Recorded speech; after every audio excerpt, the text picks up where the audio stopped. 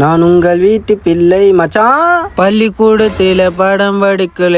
டேய் மச்சான், மச்சான் வீட்டு பாடம் முடிச்சிட்டியா? ஏய் மச்சான் முடிக்கவே இல்லடா.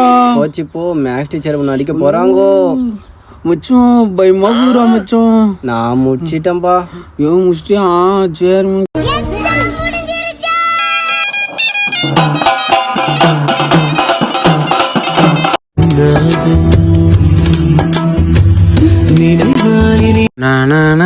ஏய் மச்சான். மச்சான் சொல்லு மச்சான்.